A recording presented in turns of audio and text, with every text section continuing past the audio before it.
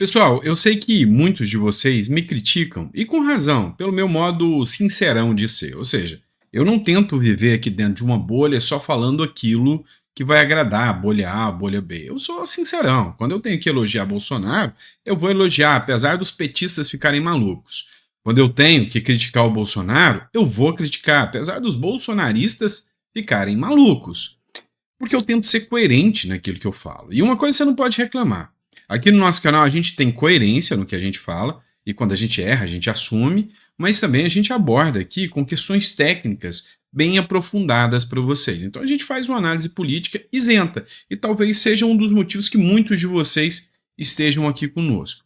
Mas hoje eu vou deixar o Lula um pouquinho de lado, o Bolsonaro um pouquinho de lado, e hoje eu vou falar do Tarcísio, vou falar do Zema e da democracia inabalada do Lula, né? Vamos falar sobre isso, começando sobre essa matéria aqui do Romeu Zema. Vocês sabem que eu gosto do cara, era um cara que eu votaria de olhos fechados para a presidência da República, o Zema. Votei para governador, para quem não sabe, eu votei em Minas Gerais, votei no Zema para governador, até apoiei a candidatura do Zema em Minas Gerais, mas eu não estou aqui também para esconder o pau para bater em malandro, né? Então, se às vezes tem um escorregão ali, um vacilo, nós vamos falar sobre isso. Matéria do Estado de Minas. Essa matéria foi publicada um pouco mais cedo, às 7 horas atrás. Ao lado de Lula, Zema vai comparecer à cerimônia do 8 de janeiro, em Brasília. O governador de Minas Gerais, Romeu Zema, do Novo, vai comparecer ao evento dessa segunda-feira, que marca a data de um ano dos golpistas dos atos golpistas em Brasília, ao lado do presidente Luiz Inácio Lula da Silva, o chefe do executivo mineiro que estará no Congresso Nacional. Isso aqui virou pólvora.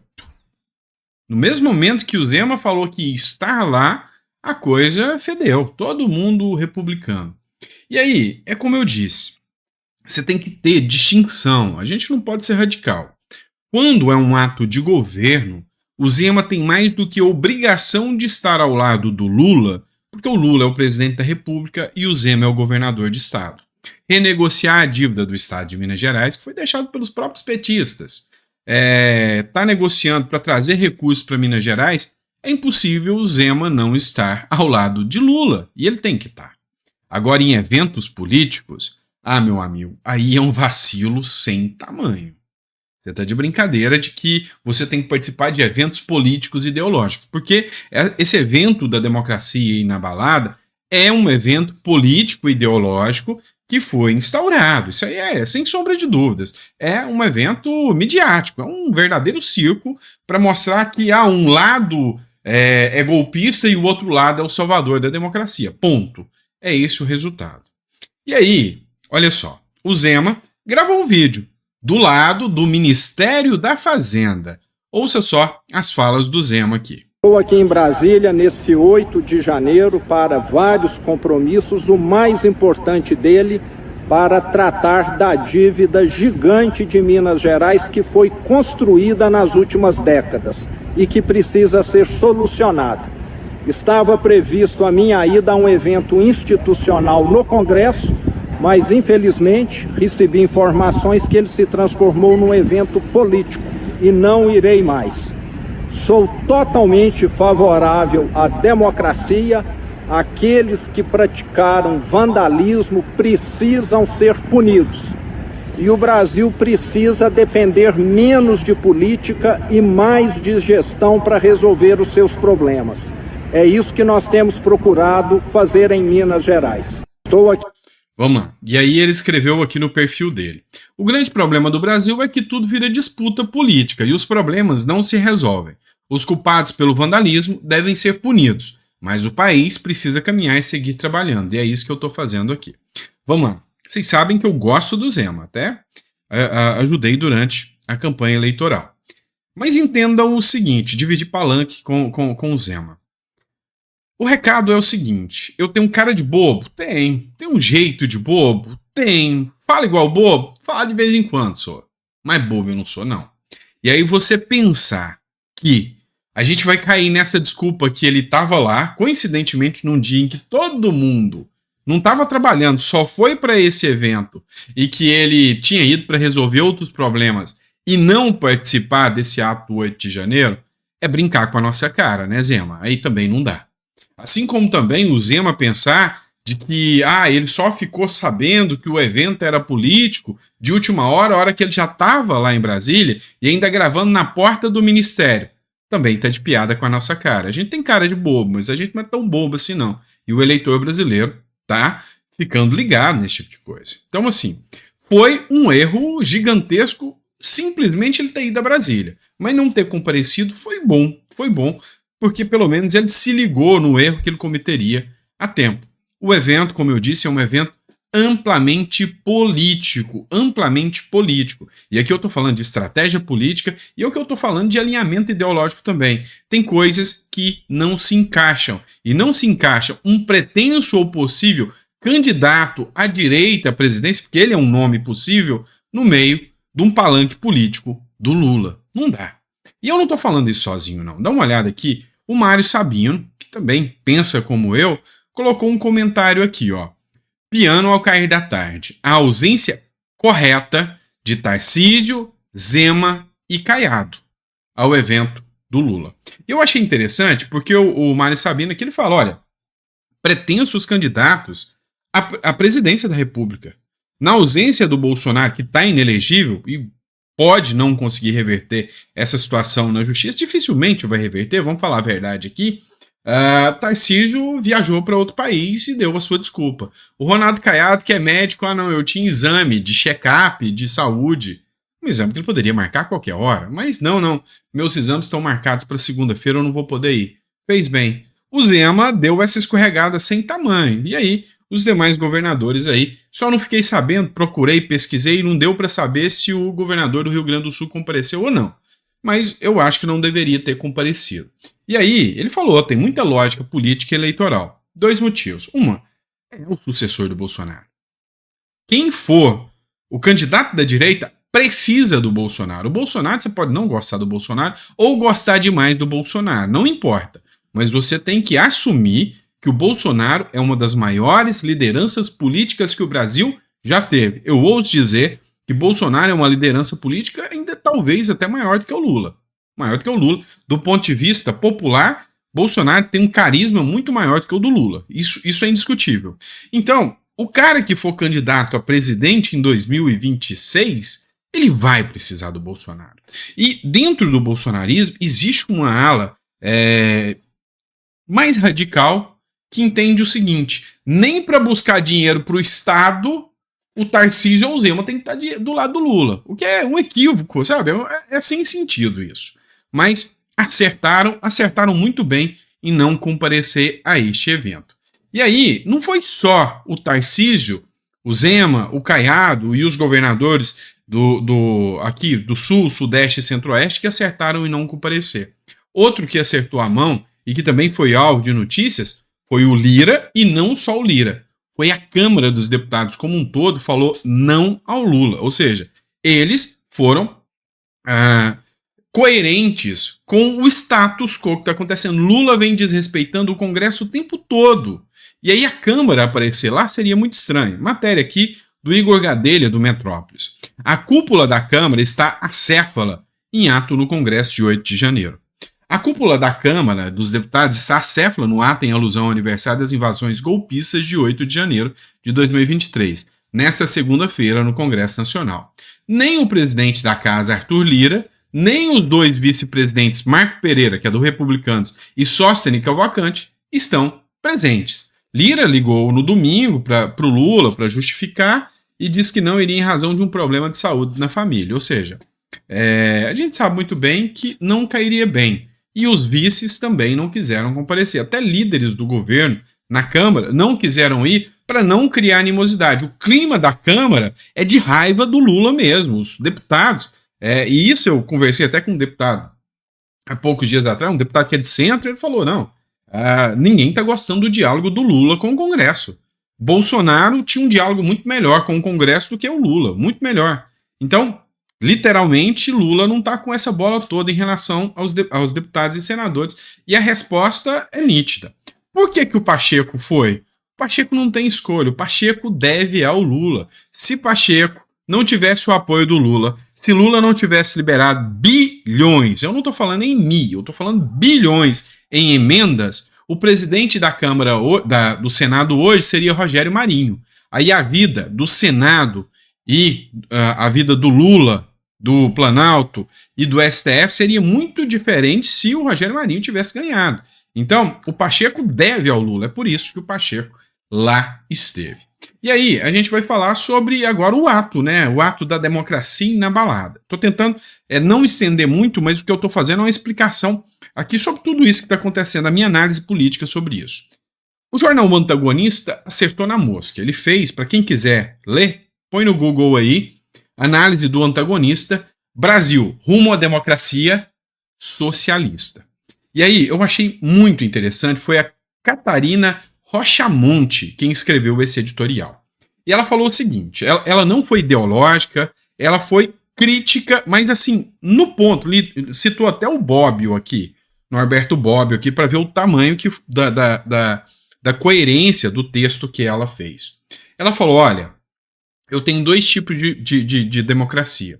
Uma democracia vista pelos liberais, e eu me enquadro aqui dentro. A democracia vista pelos liberais é menos Estado, mais garantias e direitos individuais do cidadão. Ou seja, você tem que, ter um maior número de direitos e garantias individuais para que você possa empreender, para que você possa cobrar o Estado democrático de direito, para que você possa cobrar o devido processo legal e que cada um possa, dentro da meritocracia, dentro da possibilidade que tem de correr atrás e sair da pobreza. Como eu sou um cara que morou em barraco de lona, trabalhei em carvoeira aos 12 anos de idade. Eu não tinha opção, eu tinha que estar lá. Andava 16 quilômetros da roça para ir para a cidade. E hoje eu consegui uma vida financeira estável. Democracia liberal me garante isso. Por quê? Porque eu tive direito e garantia individual. Então, quando eu cheguei aqui, no Brasil, eu posso te dizer que eu cheguei apesar do Estado me puxando para trás. Ao contrário do que acontece de uma democracia liberal, onde o Estado fala, ó, você quer esse caminho? Vai em frente, eu não vou te atrapalhar. É assim que funciona. Já a democracia socialista tem um pensamento diferente. A democracia socialista ela vai te falar o seguinte, olha, você não vai ter muito direito e garantia. Liberdade de expressão? Não. Peraí, direito de empreender? Não, você vai pagar altos impostos. Eu vou aumentar o Estado porque é dever do Estado garantir uma igualdade. E nessa igualdade, todo mundo tem que estar parecido. Ninguém pode ganhar dinheiro demais. Porque se você começar, se você for bom demais, a hora que você começar a ganhar dinheiro demais, eu vou pegar um pouco do seu dinheiro e vou distribuir para aqueles que não são tão bons quanto você. Eu vou reduzir a desigualdade. Eu vou tirar direitos e garantias individuais para implementar os direitos e garantias coletivos.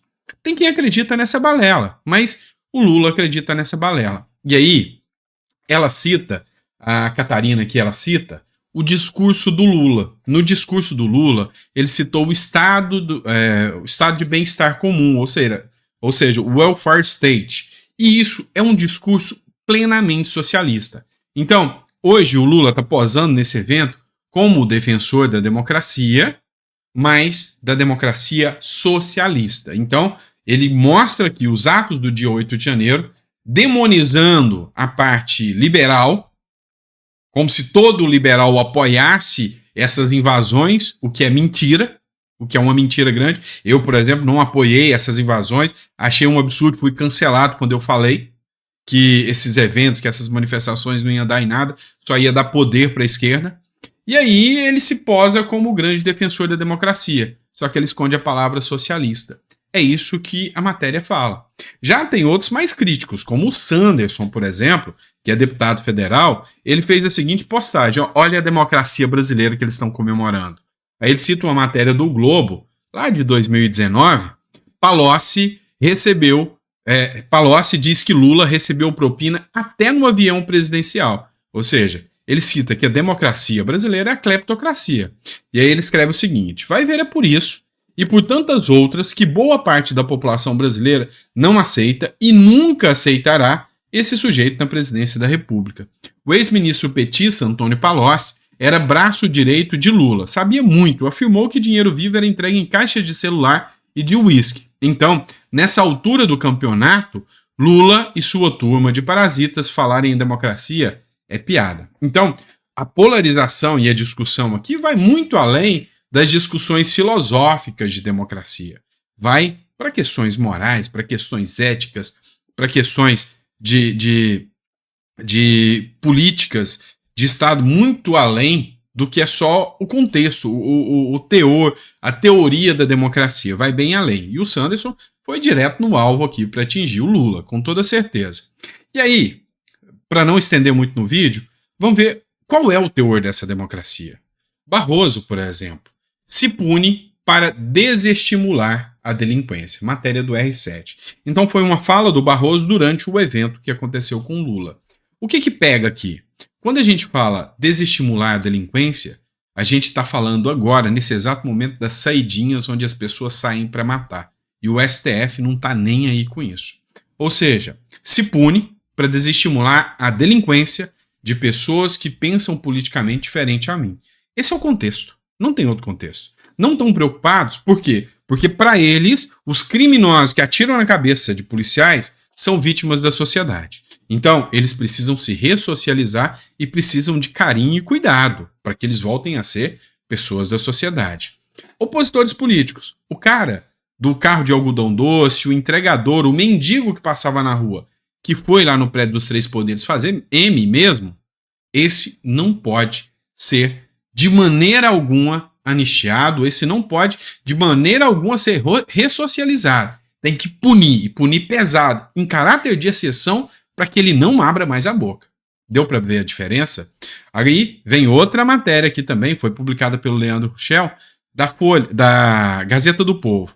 Para Barroso, pessoas comuns foram transformadas em aprendizes de terroristas.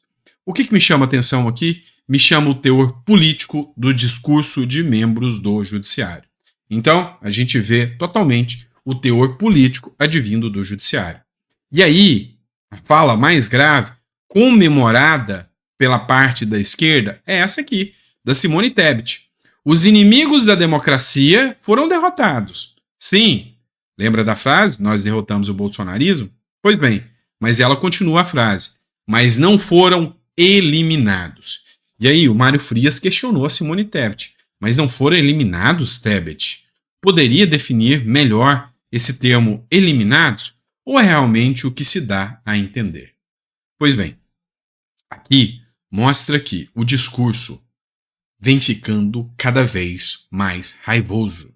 E isso não é manter uma calma social. Pelo contrário, o que o Lula quer, o que eles querem é cada vez mais manter essa animosidade. Assim, fica mais fácil te punir, te controlar, calar você. E o discurso é sempre um. Vamos começar acabando com as redes sociais. Porque vem cá, se você for vítima de uma arbitrariedade do Estado, ou seja, você foi preso porque deu uma opinião contrária, sem a sua rede social, você vai expor isso para quem? As redes sociais hoje é um mecanismo de defesa do cidadão. Às vezes é usado para o lado errado, como você vê o caso da Choquei, como você vê vários outros casos de fake news, sim. Mas as redes sociais ainda é um mecanismo de defesa do cidadão. Ele dá milhares de vídeos aí onde você vê até violência policial que existe. O cara mostrando, olha o que fizeram comigo. Então, o discurso deles é para te calar, te controlar. Isso aí é indiscutível. E esse discurso da Tebet tem que eliminar, é preocupante demais numa democracia. Vamos lá.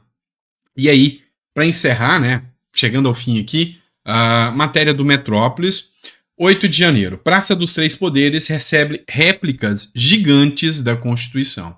Então você vê as fotos aqui, né, de réplicas gigantes da Constituição. Dinheiro público jogado fora, ao meu ver, porque isso aqui é só um evento de um simbolismo à toa, mas é bom para lembrar eles que existe uma Constituição e que nessa Constituição existe o devido processo legal, está previsto lá dentro, existe o direito ao contraditório, ampla defesa, a liberdade de expressão, a liberdade jornalística, tudo isso está dentro dessa réplica gigante. Quem sabe colocando em forma gigante, eles lembrem que ela existe e que ela está lá. Então, sabe, a gente tem que ver que a narrativa hoje supera a lei, a narrativa hoje supera os fatos, infelizmente.